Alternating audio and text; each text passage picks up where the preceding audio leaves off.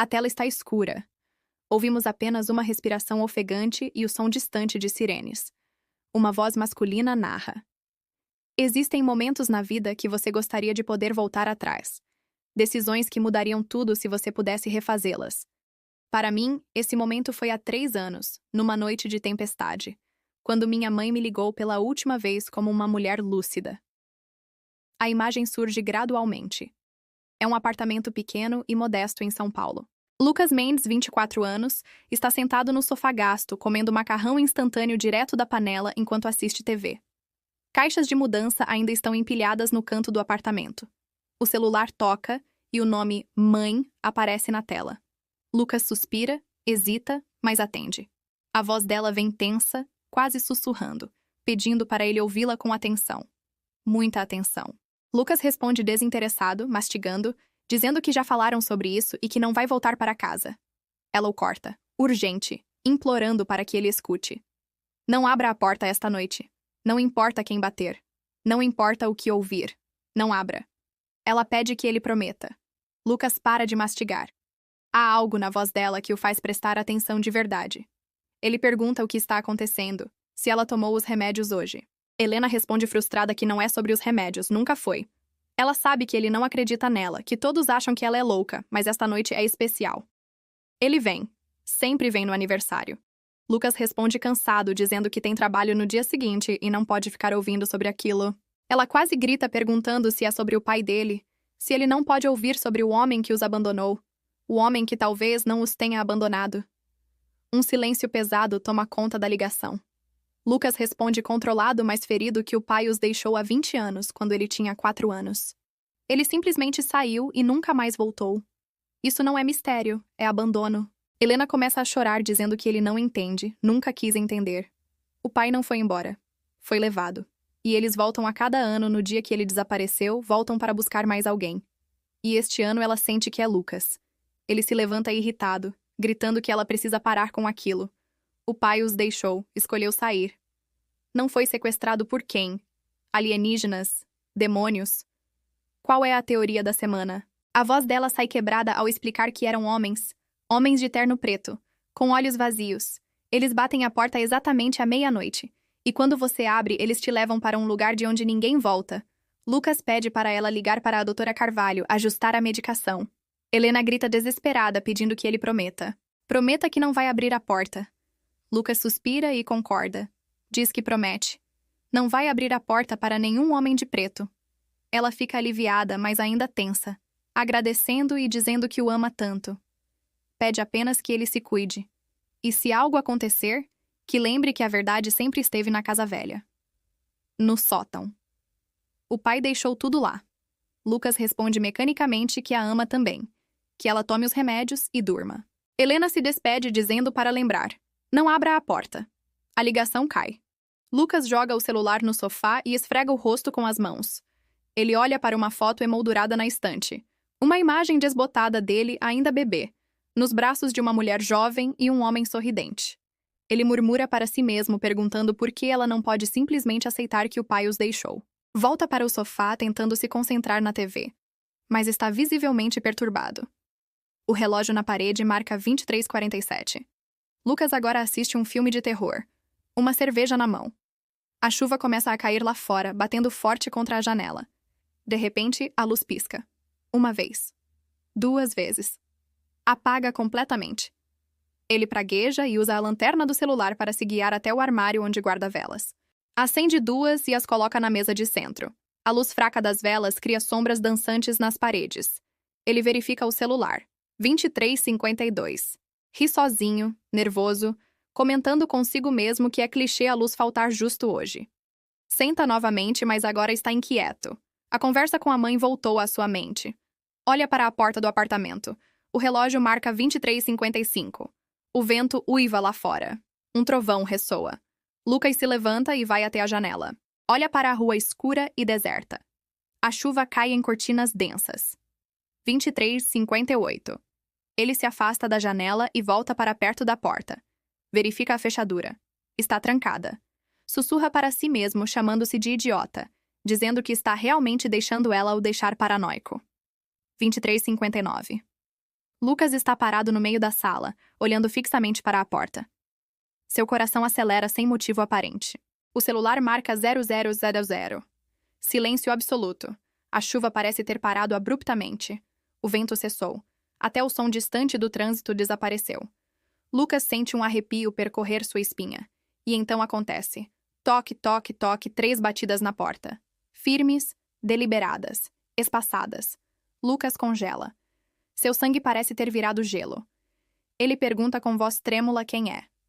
Silêncio. Então uma voz. Masculina. Calma. Profunda. A voz pergunta se é Lucas Mendes. Ele tenta soar mais confiante, perguntando quem quer saber. A voz responde que precisa falar com ele sobre o pai, Roberto Mendes. O coração de Lucas quase salta pela boca. Ele se aproxima da porta, mas para, lembrando das palavras da mãe. Pergunta como a pessoa sabe o nome do pai dele. A voz explica que pode explicar tudo, mas ele precisa deixá-los entrar. Tem informações importantes sobre o que realmente aconteceu com o pai. Lucas coloca a mão na maçaneta. Ela está gelada. Pergunta que tipo de informações. A voz responde que é o tipo que a mãe dele sempre soube ser verdade. O pai não os abandonou, eles o levaram. E agora chegou a vez de Lucas entender por quê. A mão dele treme sobre a maçaneta. Ele recua, perguntando se é algum tipo de brincadeira. Quem mandou aquelas pessoas ali? A voz responde calmamente que ninguém os manda.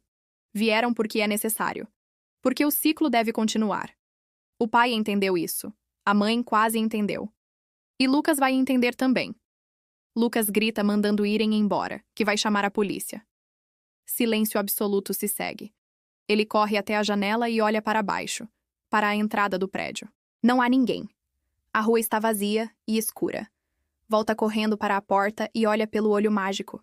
Não há ninguém no corredor. Encosta na parede ao lado da porta, respirando pesadamente. Murmura para si mesmo que imaginou tudo, foi só sua cabeça, a conversa com a mãe o deixou paranoico. Mas então o celular vibra, uma mensagem de número desconhecido. Você fez a escolha certa esta noite, mas não podemos ser evitados para sempre. Nos vemos em breve, Lucas. As mãos tremem tanto que ele quase derruba o celular. A cena muda abruptamente. Estamos numa casa simples, 20 anos no passado. Helena, com 28 anos, está lavando louça na cozinha. Ela está grávida de poucos meses. Lucas, com apenas 4 anos, brinca com carrinhos no chão da sala ao lado.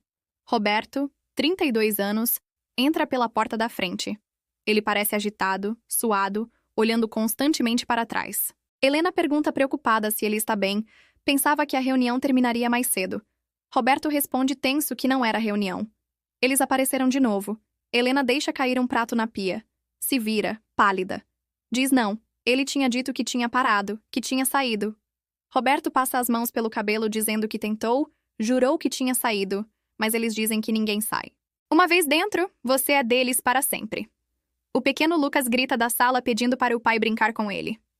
Roberto força um sorriso e vai até o filho, se ajoelhando ao seu lado. Diz emocionado, acariciando o rosto do menino, que o ama muito e pergunta se ele sabe disso. O menino sorri inocentemente, dizendo que também o ama.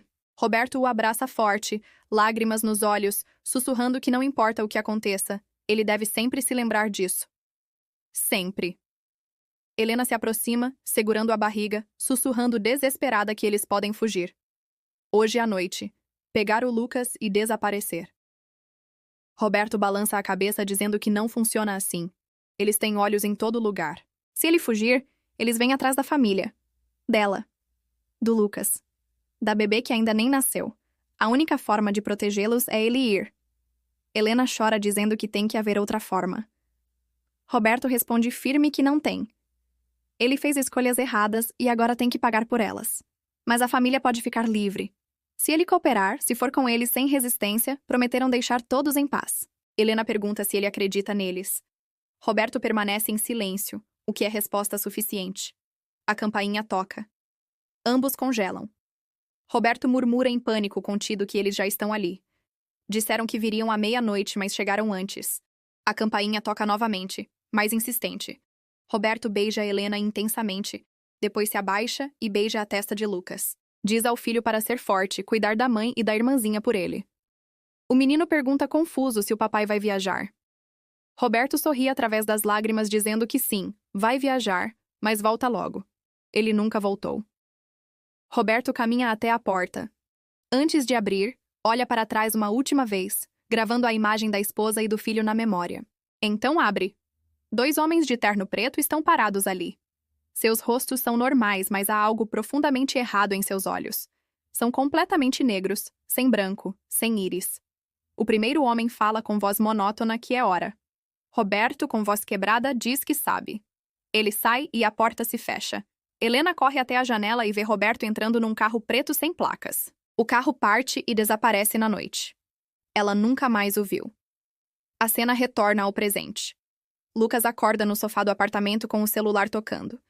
A luz está de volta. A chuva parou. Ele atende com voz rouca. É Marina, a irmã. Ela está preocupada, aliviada que ele atendeu. É sobre a mãe. Lucas se senta imediatamente alerta, perguntando o que aconteceu. Marina, chorando, conta que a mãe teve um surto na noite anterior. Bem na hora da meia-noite. Começou a gritar que eles tinham vindo, que precisava avisar Lucas. Os vizinhos chamaram a ambulância. Ela está no hospital agora, sedada. Lucas esfrega o rosto praguejando, dizendo que sabia que ela estava mal quando ligou. Marina pergunta se ela ligou para ele e o que disse. Lucas hesita e responde que foi nada demais. As coisas de sempre. Sobre o pai, sobre não abrir a porta. Marina suspira e diz que precisam conversar. Os médicos acham que a mãe precisa de internação. Não temporária. Permanente. Lucas fica chocado perguntando como assim permanente, ela não está tão mal. Marina questiona se não está. Pergunta quando foi a última vez que ele visitou a mãe. Ela lida com isso todos os dias. A mãe está piorando. Ontem ela trancou todas as portas e janelas da casa e ficou sentada na escada com uma faca de cozinha, esperando que eles chegassem. Silêncio. Lucas admite baixinho que não sabia que estava tão ruim. Marina diz que é por isso que ele fugiu para São Paulo, não é? Para não ter que lidar com aquilo. Bem, ela não pode fugir, e agora precisa que ele volte para casa e assine os papéis com ela. A mãe precisa de ajuda profissional. Lucas fica defensivo dizendo que não fugiu, só precisava de espaço. Depois que Rafael morreu, Marina o corta dizendo para não usar o irmão como desculpa. Rafael morreu há 2 anos. Lucas saiu de casa 6 meses depois disso. Ele pergunta friamente quando ela precisa dele. Marina responde que neste fim de semana. Podem visitar a mãe no hospital e depois ir na casa velha. Precisa organizar as coisas dela. Lucas concorda. Marina agradece e diz que sabe que é difícil. Para ela também é. Mas eles precisam se manter unidos. São só eles 2 agora. A ligação termina. Lucas fica sentado no sofá, olhando para a porta do apartamento. Os eventos da noite anterior voltam à sua mente. Pega o celular e relê a mensagem do número desconhecido. Murmura para si mesmo que precisa descobrir o que realmente aconteceu naquela noite. O carro velho de Lucas segue pela estrada que liga São Paulo ao interior. Ele dirige em silêncio. Música baixa no rádio. O celular toca. É Marina pelo viva voz. Ela pergunta se ele já está chegando. Lucas responde que falta mais ou menos 1 hora ainda. Trânsito estava pesado. Marina diz para ele vir direto para o hospital quando chegar. Visitação é até às 5. Lucas pergunta como ela está. Marina pausa antes de responder que a mãe está consciente, mas diferente. Os remédios deixam ela meio apática. Lucas apenas responde que entende, desconfortável. Marina então revela que a mãe perguntou por ele. Perguntou se ele abriu a porta. Lucas aperta o volante com mais força. Pergunta o que Marina respondeu. Ela diz que falou que ele estava bem, que nada aconteceu. Mas a mãe não pareceu aliviada. Disse que era só o começo. Lucas questiona o começo do quê? Marina explica que não sabe. A mãe só ficou repetindo a palavra começo até os enfermeiros aumentarem a sedação. Silêncio incômodo toma conta da ligação. Lucas então pergunta se Marina se lembra do pai. Ela responde surpresa que não tinha nem nascido quando ele foi embora e questiona o porquê da pergunta. Lucas comenta se ela já pensou na possibilidade da mãe ter razão e se o pai realmente não os abandonou. Marina responde firme pedindo para ele não começar com aquilo também. A mãe construiu uma fantasia elaborada porque não conseguia aceitar que foi abandonada, que eles foram abandonados. Mas foi isso que aconteceu. O pai os deixou. Ponto.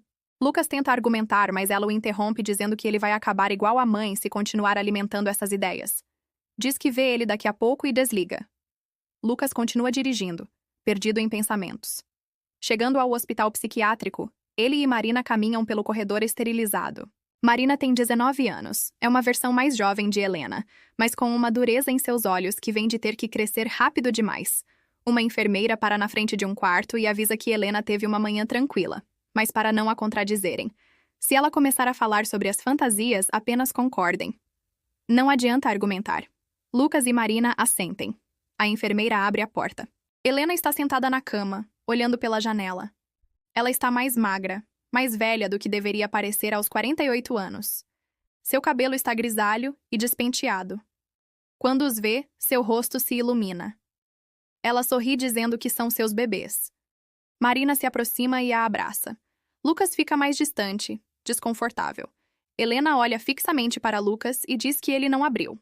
Lucas pergunta confuso o que ela quer dizer. Ela esclarece. A porta. Ele não abriu a porta. Ela sabia que ele a ouviria. Lucas olha para Marina, depois para a mãe, confirmando que não abriu. Helena fica aliviada, mas ainda tensa, dizendo que é bom, muito bom. Mas eles vão voltar. Sempre voltam quando são rejeitados.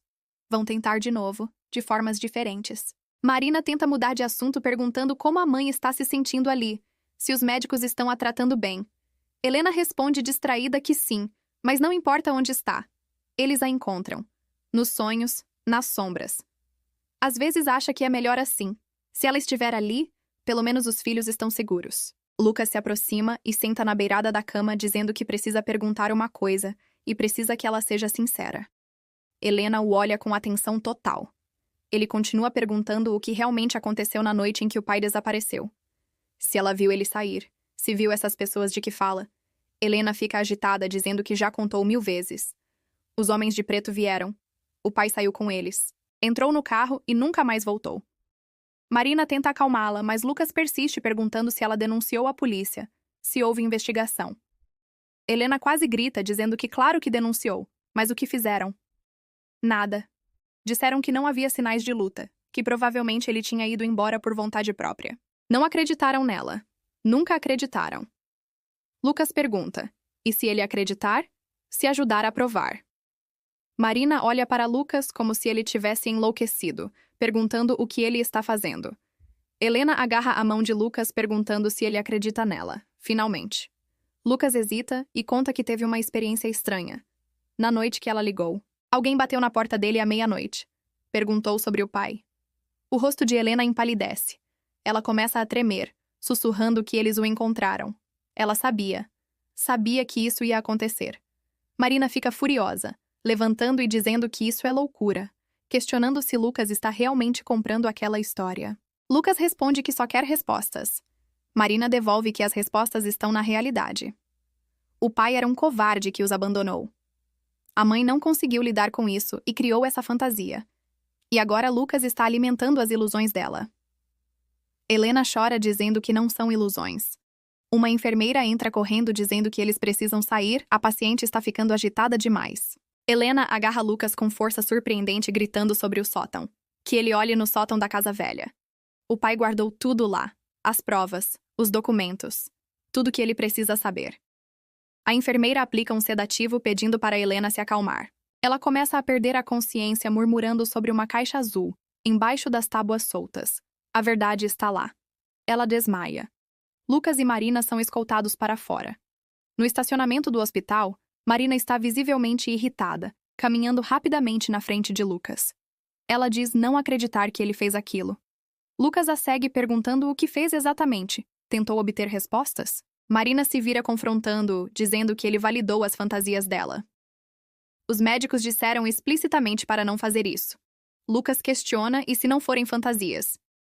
Marina fica incrédula perguntando se ele está se ouvindo. Homens de preto?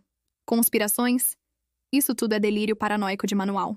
Lucas insiste que algo bateu na porta dele. Alguém que sabia sobre o pai. Marina diz que provavelmente foi um trote ou ele estava meio dormindo e imaginou. Lucas responde que recebeu uma mensagem depois. Marina pede para ele mostrar. Lucas pega o celular e procura. Mas a mensagem não está lá. A conversa com o número desconhecido simplesmente desapareceu. Ele fica confuso dizendo que estava ali, jura que estava. Marina cruza os braços com ar cético. Lucas, frustrado, diz que ela não entende, Teve algo errado naquela noite. Ele sentiu. Marina responde que o que entende é que ele está começando a apresentar os mesmos sintomas que a mãe, e isso a assusta. Silêncio. Lucas diz que vai na casa velha. Marina suspira dizendo claro que vai. Lucas pede para ela ir com ele. Por favor. Só para conferir. Se não acharem nada, ele deixa isso para lá e eles internam a mãe sem discussão. Marina pensa e pergunta e se acharem algo. Lucas responde que aí eles finalmente terão respostas. Marina considera por um longo momento. Concorda, mas diz que depois disso acabou. Sem mais teorias conspiratórias, sem mais alimentar as ilusões da mãe. É um acordo? Lucas concorda. A casa onde cresceram é uma construção simples de 2 andares, com pintura descascando e jardim mal cuidado. Tem um ar de abandono, mesmo que Helena ainda more ali. Lucas estaciona na frente. Ambos ficam olhando a casa por um momento. Marina pergunta há quanto tempo ele não vem ali. Lucas responde que 2 anos, desde o enterro de Rafael. Marina murmura baixinho que ainda dói. Lucas apenas acena com a cabeça. Eles saem do carro e entram na casa. A casa está na penumbra, cortinas fechadas. Há uma camada fina de poeira em tudo. Fotos de família nas paredes mostram tempos mais felizes. Marina liga as luzes comentando que a mãe nem estava cuidando direito do lugar. Lucas pergunta onde fica o sótão. Marina responde que é a escada no final do corredor, mas eles não sobem lá desde sempre, acha. Eles caminham pelo corredor. Lucas para na frente da porta do quarto que costumava dividir com Rafael. Marina percebe e pergunta se ele quer entrar. Lucas balança a cabeça dizendo que depois, primeiro o sótão. A escada para o sótão é estreita e range a cada passo. Há um alçapão no teto do 2º andar que dá acesso. Lucas empurra o alçapão. Uma escada retrátil desce. O sótão é abafado e cheio de caixas, móveis velhos cobertos com lençóis e teias de aranha. Uma única janela pequena deixa entrar pouca luz. Marina liga a lanterna do celular perguntando o que exatamente estão procurando. Lucas responde que uma caixa azul. A mãe disse que está embaixo de tábuas soltas. Eles começam a procurar, afastando caixas, levantando lençóis empoeirados. Lucas bate o pé no chão testando as tábuas. Na área próxima à janela, ele ouve um som oco. Avisa Marina que é ali. Ele se ajoelha e começa a levantar as tábuas. Estão soltas, como se alguém as tivesse removido antes. Embaixo há um espaço vazio, e dentro dele, uma caixa de metal azul, trancada com um cadeado. Marina se aproxima dizendo que ele está brincando. Lucas pega a caixa. Ela é pesada. Diz que precisa de uma chave. Marina sugere que podem forçar. Lucas discorda dizendo que se tem um cadeado é porque tem algo importante dentro. Vão procurar a chave primeiro. Eles continuam procurando pelo sótão. Marina encontra uma pequena caixa de joias empoeirada. Dentro, junto com alguns brincos antigos, está uma chave pequena. Ela pede para Lucas tentar. Ele insere a chave no cadeado. Ela gira. Clique. O cadeado abre. Lucas respira fundo e abre a caixa. Dentro há vários itens. Um caderno velho, fotos, documentos e o que parece ser um cartão de identificação corporativo. Lucas lê em voz alta o que está no cartão. Roberto Mendes. Pesquisador. Projeto Cronos. Classificação.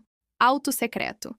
Marina olha por cima do ombro dele perguntando o que é Projeto Cronos. O pai era pesquisador? Lucas folheia o caderno dizendo que não sabe. A mãe sempre disse que ele trabalhava com contabilidade numa empresa pequena. As páginas do caderno estão cheias de anotações em letra apressada, diagramas, equações que nenhum deles entende. Mas há trechos escritos em linguagem mais comum que chamam a atenção. Lucas começa a ler em voz alta. Dia 47. As experiências estão progredindo além das expectativas. Conseguimos criar um portal estável por 3,7 segundos. Mas o comitê está preocupado com os efeitos colaterais. 3 membros da equipe relataram visitas noturnas. Sempre à meia-noite. Sempre os mesmos homens. Eles sabem o que estamos fazendo. Sabem e querem parar. Marina e Lucas se entreolham. Ele continua lendo. Dia 52. Henderson desapareceu. Foi o primeiro. Disseram que ele abandonou o projeto, mas eu vi. Vi pela janela do laboratório. Os homens de preto o levaram. Ele não resistiu. É como se já soubesse que era inútil. Marina começa a tremer, dizendo que isso não pode ser real. Lucas folheia mais páginas lendo. Dia 60. Eles vieram até mim hoje. No estacionamento do laboratório.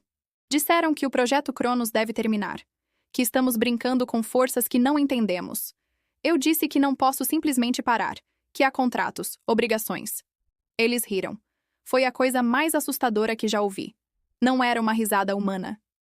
Lucas pula várias páginas até chegar perto do final. Lê com voz trêmula. Dia 89. É minha última entrada. Eles me deram um ultimato. Ou eu vou com eles voluntariamente, ou eles levam alguém que amo. Não posso deixar que machuquem Helena ou Lucas. A bebê ainda nem nasceu. Tenho que protegê-los. Vou esconder este diário e todas as provas no sótão. Um dia talvez alguém encontre e entenda. Entenda que eu não abandonei minha família. Eu fui forçado a sacrificar tudo para salvá-los. Se você está lendo isso, Lucas, se você cresceu e encontrou estas palavras, saiba que eu te amava. Que eu sempre te amei. E peço perdão por não ser forte o suficiente para lutar. Mas eles não são deste mundo. Não são humanos. São algo muito, muito mais antigo e perigoso. Eles protegem um segredo que não deve ser revelado. E nós, idiotas, estávamos tentando abrir a porta para esse segredo. Desculpa, filho. Desculpa por tudo. Silêncio absoluto toma o sótão. Lágrimas escorrem pelo rosto de Lucas. Marina está pálida, encostada numa viga de madeira. Ela murmura baixinho, perguntando se aquilo é real. Lucas pega as fotos da caixa. São imagens de um laboratório. Homens de jaleco branco em frente a uma estrutura metálica gigantesca. Há equações complexas em lousas ao fundo. E numa das fotos, claramente visível pela janela do laboratório, 2 homens de terno preto observando de fora. Mesmo na qualidade ruim da foto antiga, dá para ver algo errado neles. A forma como ficam parados, a postura artificial. E os olhos. Completamente escuros. Marina pega uma das fotos tremendo. Ela murmura que isso não faz sentido. Não pode fazer sentido. Lucas encontra um documento oficial. É um contrato de trabalho entre Roberto Mendes e uma organização chamada Instituto Threshold. O projeto descrito é altamente classificado, envolvendo pesquisa interdimensional e manipulação de barreiras temporais.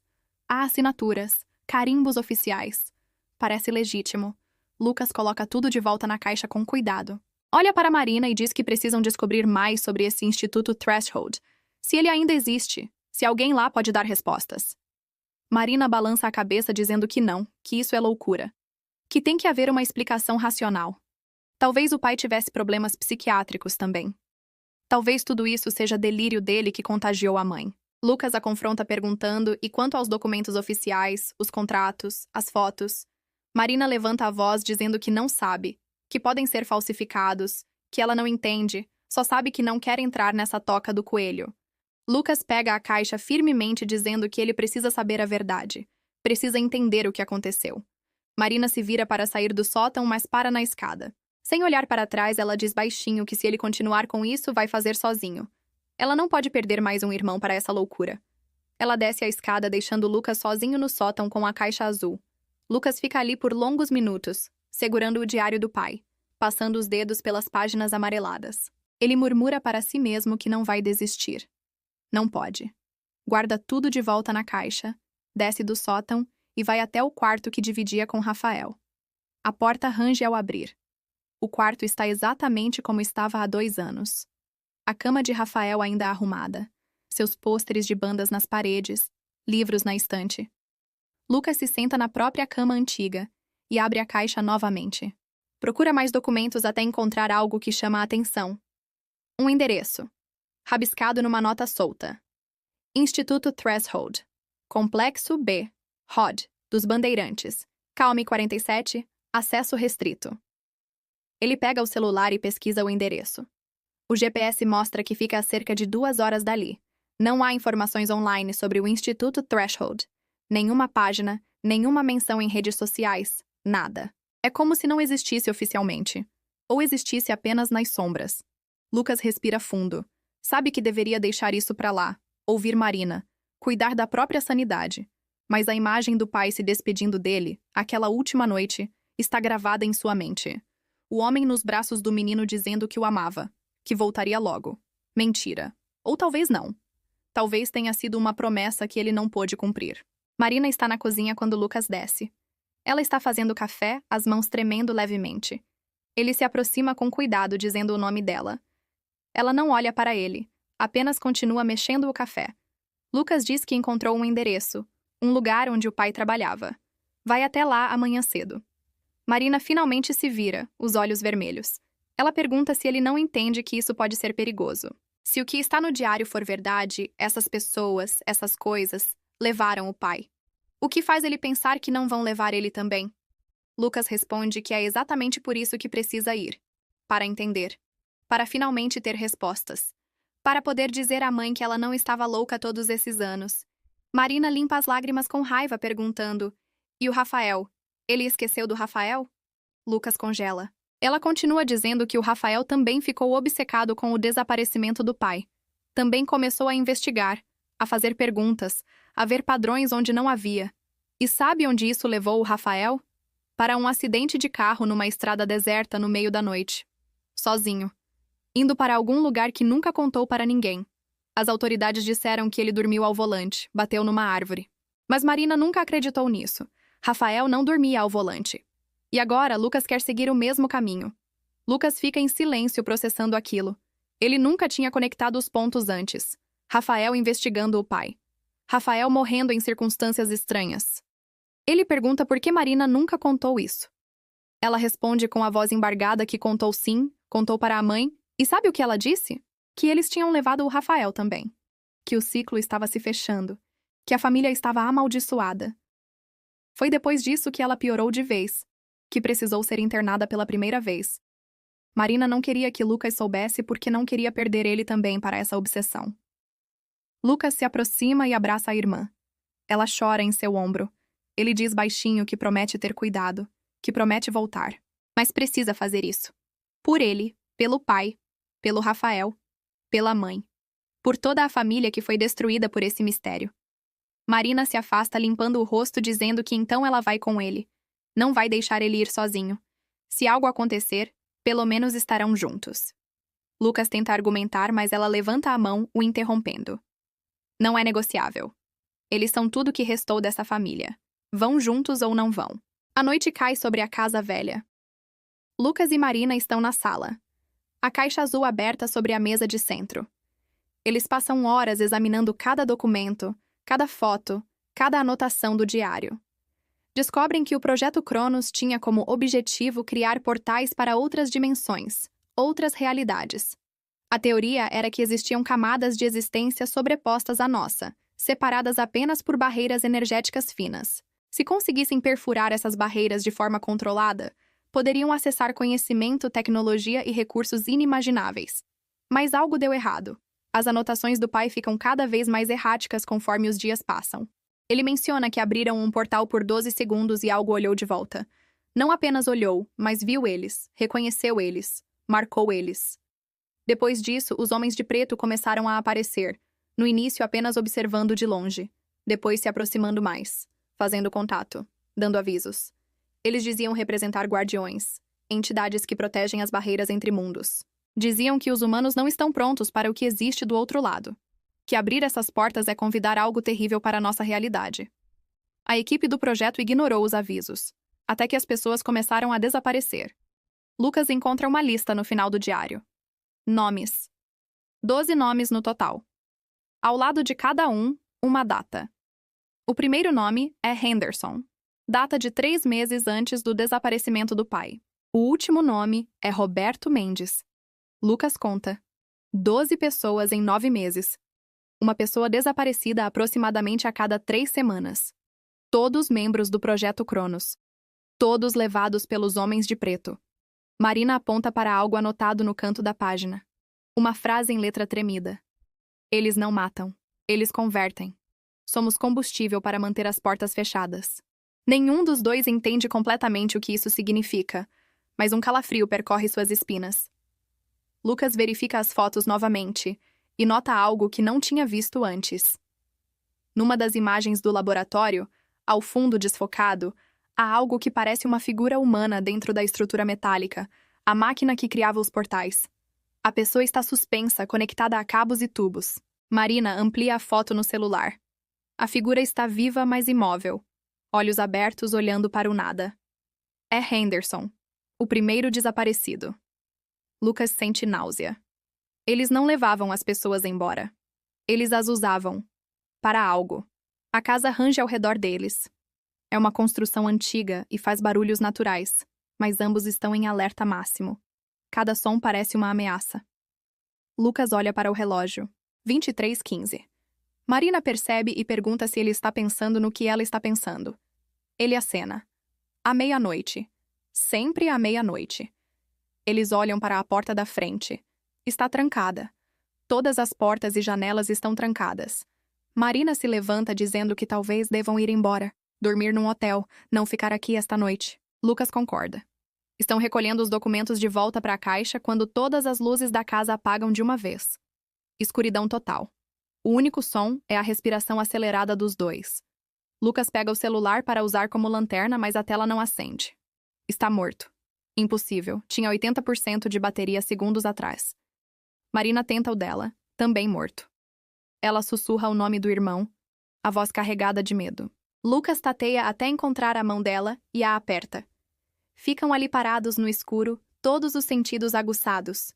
O relógio da sala, um antigo relógio de parede mecânico que não depende de eletricidade, continua tic-taqueando.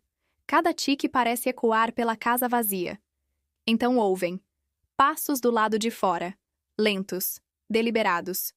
Passos de mais de uma pessoa, caminhando em sincronia perfeita, aproximando-se da porta da frente.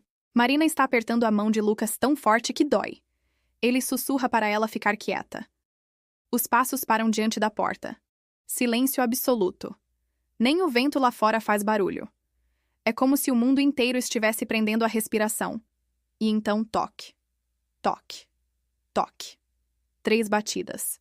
Idênticas às que Lucas ouviu em seu apartamento. Firmes, deliberadas, espaçadas. Uma voz atravessa a porta. A mesma voz. Calma. Profunda. Inumana em sua perfeição. A voz diz o nome completo dos dois. Lucas Alexandre Mendes. Marina Cristina Mendes. Filhos de Roberto Mendes. Irmãos de Rafael Mendes. Vocês encontraram o que não deviam encontrar. Sabem o que não deviam saber. E agora precisam fazer uma escolha. Abrir a porta e vir conosco voluntariamente. Ou teremos que tomar medidas mais diretas. Vocês têm 60 segundos para decidir.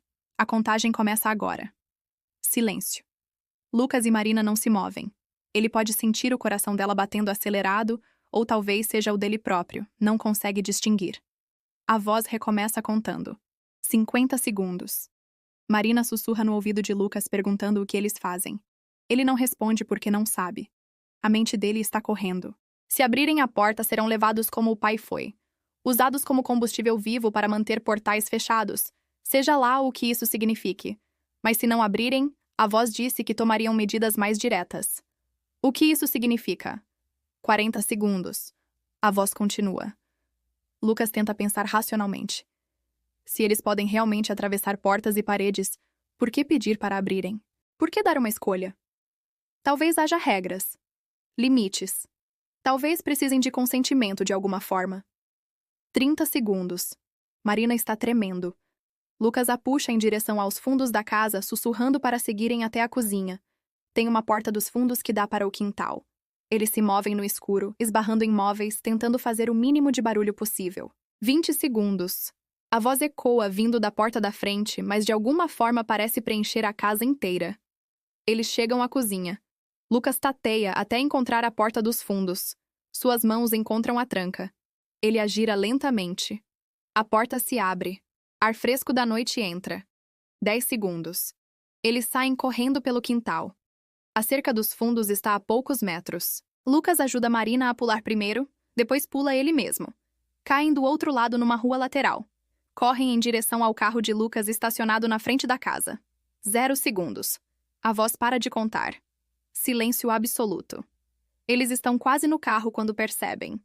Há 2 homens parados ao lado do veículo, de terno preto, completamente imóveis, esperando. Lucas e Marina param abruptamente. Os homens viram as cabeças em uníssono, movimento perfeitamente sincronizado, olhando diretamente para eles. Marina grita e eles se viram correndo na direção oposta. A rua está deserta, nenhuma luz acesa nas casas vizinhas, como se o bairro inteiro estivesse vazio, ou todo mundo estivesse profundamente dormindo, ignorando o que acontece lá fora. Eles correm sem direção, apenas se afastando. Lucas olha para trás. Os homens de preto não estão correndo atrás deles, estão apenas caminhando. Mas a cada segundo parecem estar mais perto, apesar da velocidade lenta. É como se o espaço entre eles estivesse se contraindo, como se as leis da física não se aplicassem completamente. Eles viram uma esquina, e Lucas vê um posto de gasolina mais à frente.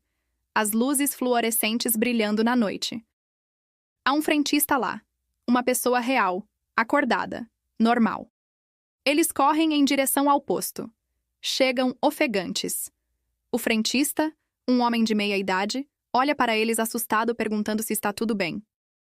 Marina, tentando recuperar o fôlego, balbucia que estão sendo perseguidos. O frentista olha para a rua atrás deles. Não há ninguém. Os homens de preto simplesmente desapareceram. Lucas olha ao redor desesperado. Eles estavam logo ali. O frentista pergunta se querem que ele chame a polícia. Lucas está prestes a dizer que sim quando percebe.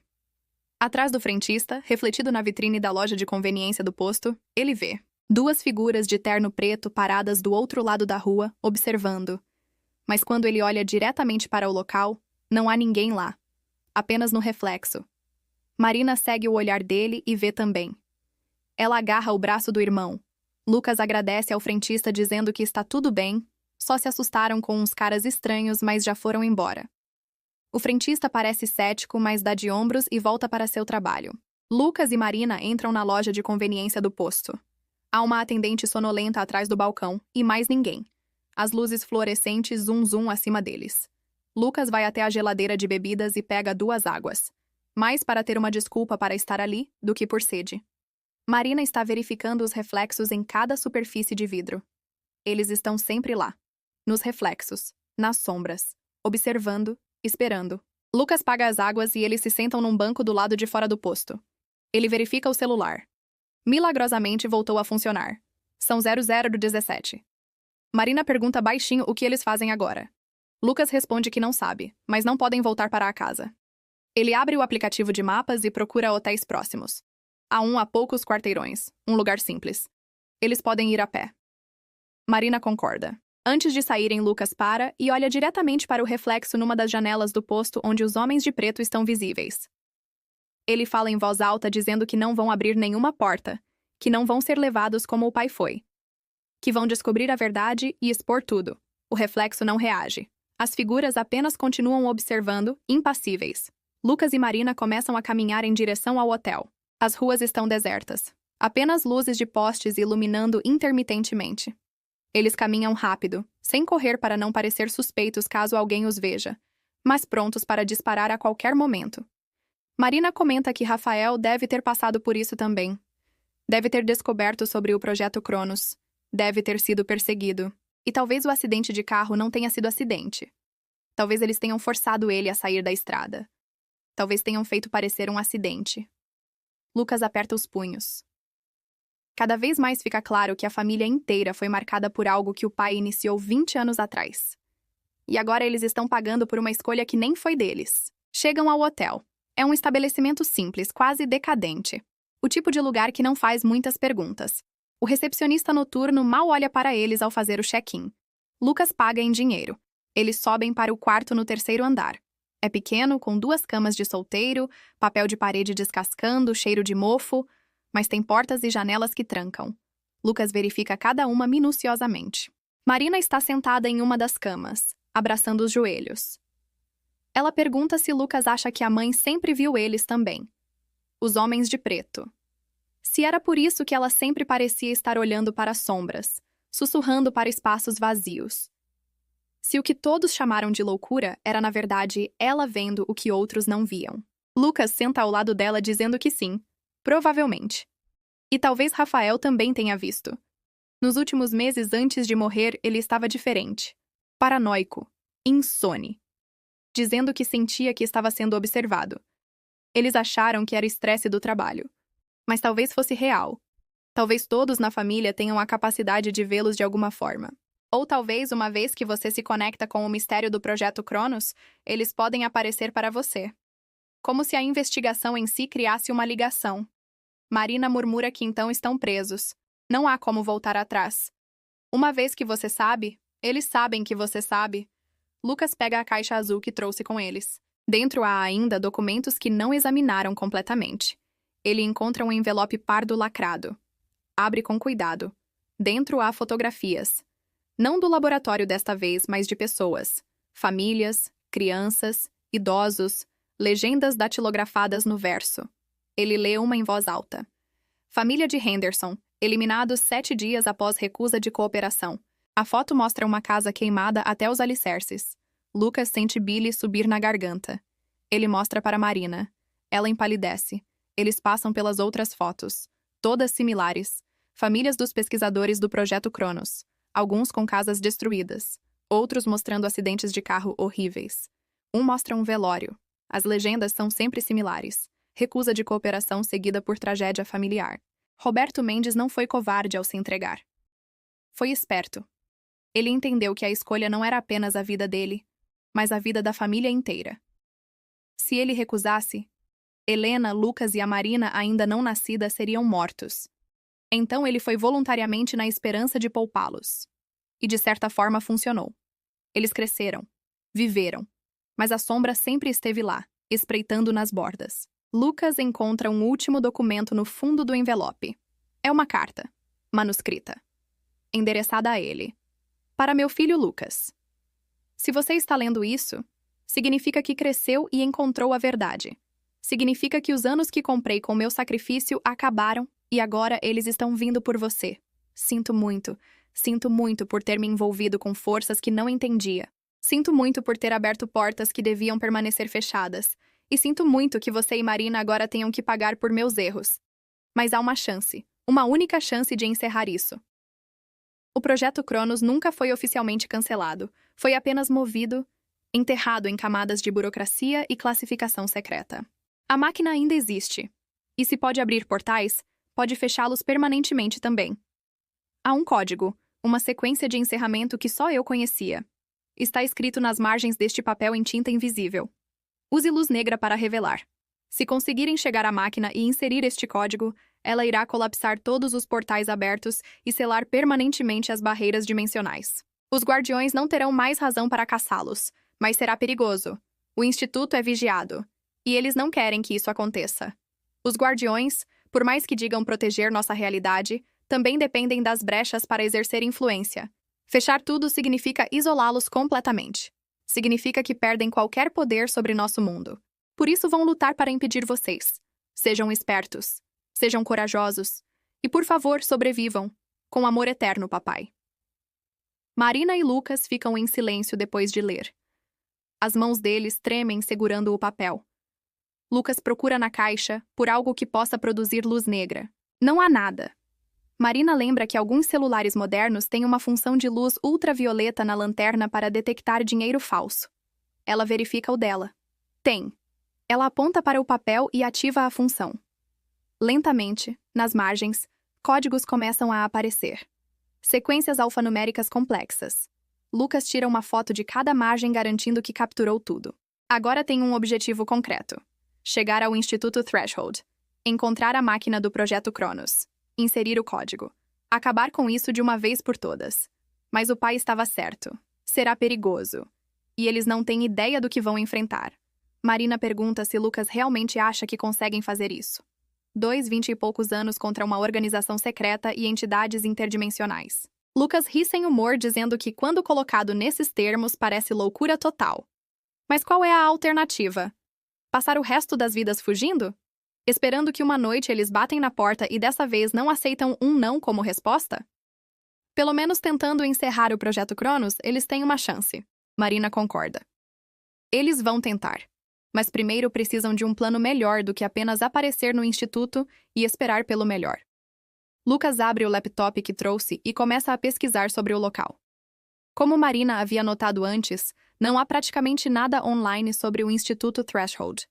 Mas ele encontra referências oblíquas, menções em fóruns de teorias da conspiração, posts deletados sobre estranhas atividades ao redor do quilômetro 47 da rodovia dos Bandeirantes, relatos de pessoas que viram luzes estranhas, ouviram sons inexplicáveis.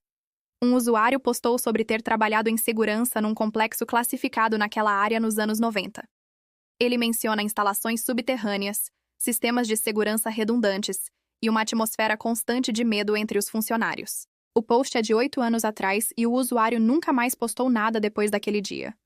Marina está vasculhando os documentos em busca de qualquer planta baixa ou mapa do instituto. Ela encontra um esquema desenhado à mão pelo pai. Parece um mapa do complexo. Há uma entrada principal, obviamente vigiada. Mas também há uma entrada de manutenção nos fundos, marcada como raramente usada. O pai tinha escrito uma nota. Acesso por sistema de esgoto. Não monitorado. Use em emergência.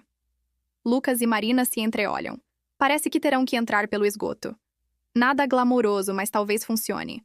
O mapa mostra que a entrada de manutenção dá acesso ao nível subterrâneo 1. A máquina do projeto Cronos está no nível subterrâneo 3, marcada como laboratório principal. Vão precisar descer 2 níveis sem serem detectados. Lucas verifica a hora. 02:37 da manhã. Eles deveriam dormir algumas horas e sair ao amanhecer. Mas ele duvida que consiga pregar os olhos. Marina aparentemente pensa o mesmo porque pergunta se eles realmente vão esperar ou deveriam ir agora. Quanto mais esperam, mais tempo eles têm para descobrir onde estão. A noite pode ser sua aliada. Menos pessoas no instituto. Mais sombras para se esconder. Lucas pondera e concorda. Vão agora. Eles pegam suas coisas, a caixa azul, e saem do hotel pelo elevador de serviço evitando o recepcionista. A rua está ainda mais deserta do que antes. É aquele momento da madrugada onde até as cidades parecem dormir. Eles precisam de um carro. O de Lucas ainda está na frente da casa e provavelmente sendo vigiado. Marina lembra que Rafael tinha ensinado a ela como fazer ligação direta em carros anos atrás, numa fase rebelde da adolescência. Ela nunca usou a habilidade de verdade, mas talvez se lembre. Eles procuram pelas ruas próximas por um carro velho, sem muita tecnologia de segurança. Encontram um sedã dos anos 2000 estacionado numa rua lateral. Marina trabalha nos fios embaixo do painel enquanto Lucas vigia. Depois de alguns minutos tensos e várias tentativas, o motor liga. Eles entram rapidamente e partem. A rodovia está praticamente vazia a essa hora. Lucas dirige seguindo as instruções do GPS. A cada quilômetro que se aproximam do destino, a tensão aumenta. Marina está no banco do passageiro verificando e reverificando o mapa desenhado pelo pai, memorizando cada detalhe. Eles precisam saber exatamente para onde ir uma vez dentro do complexo. Não haverá tempo para consultar mapas se forem descobertos. Lucas comenta que é surreal estar fazendo aquilo. Há 3 dias atrás ele estava em seu apartamento em São Paulo, trabalhando, vivendo uma vida normal, irritado com as ligações da mãe. E agora está invadindo uma instalação secreta governamental para desligar uma máquina interdimensional e se livrar de entidades que caçam sua família. Se alguém tivesse contado essa história, ele teria rido. Marina sorri tristemente dizendo que ela nunca teve o luxo de rir dessas coisas. Cresceu vendo a mãe sofrer, vendo as pessoas chamarem ela de louca, vivendo com o peso de um irmão morto em circunstâncias suspeitas, e outro que fugiu para não lidar com a família. Ela sempre soube que havia algo errado, algo mais. Apenas não tinha provas. Agora tem. E estranhamente isso traz um alívio doentio. Saber que a mãe não estava louca, que Rafael não estava paranoico, que havia razões reais para o medo. Lucas estende a mão e aperta a de Marina. Eles vão consertar isso. Vão encerrar a maldição da família Mendes esta noite. Ou vão morrer tentando. Não há mais meio termo. O GPS anuncia que estão se aproximando do destino. Lucas desliga os faróis e diminui a velocidade. À frente, cercas altas com arame farpado surgem nas laterais da rodovia. Sinais de propriedade privada e proibido entrar estão espaçados a cada 50 metros. Não há indicação do que está sendo protegido, apenas cercas e avisos. Lucas procura pelo acesso ao sistema de esgoto que o pai mencionou. Marina aponta para uma área onde a cerca parece ligeiramente danificada, como se alguém tivesse tentado cortá-la antes. Eles estacionam o carro escondido atrás de uma vegetação densa e se aproximam a pé. A cerca foi cortada e depois remendada de forma desleixada. Com algum esforço, eles conseguem abrir uma passagem. Do outro lado é mata densa. Eles usam as lanternas dos celulares para se guiar, preocupados com cada som que fazem. Após cerca de 15 minutos de caminhada, encontram o que procuram. Uma grade de metal no chão, meio escondida por folhas e galhos. É uma entrada para o sistema de esgoto. A grade está enferrujada, mas abre com algum esforço. Um cheiro horrível sobe de dentro. Marina faz uma careta, mas desce mesmo assim. Lucas a segue, fechando a grade atrás deles. O túnel é apertado, molhado e fétido. Eles têm que se curvar para caminhar. A lanterna do celular ilumina paredes de concreto cobertas de limo e insetos. O som de água correndo ecoa à distância. Eles seguem pelo túnel seguindo a intuição e as indicações vagas do mapa. Eventualmente chegam a uma bifurcação. Lucas verifica o mapa. Devem ir para a direita. Eles viram e continuam. Depois de mais 10 minutos avistam uma escada de metal levando para cima. No topo há um alçapão. Chegaram à entrada de manutenção. Lucas sobe primeiro e empurra o alçapão cuidadosamente. Ele se abre para um corredor fracamente iluminado.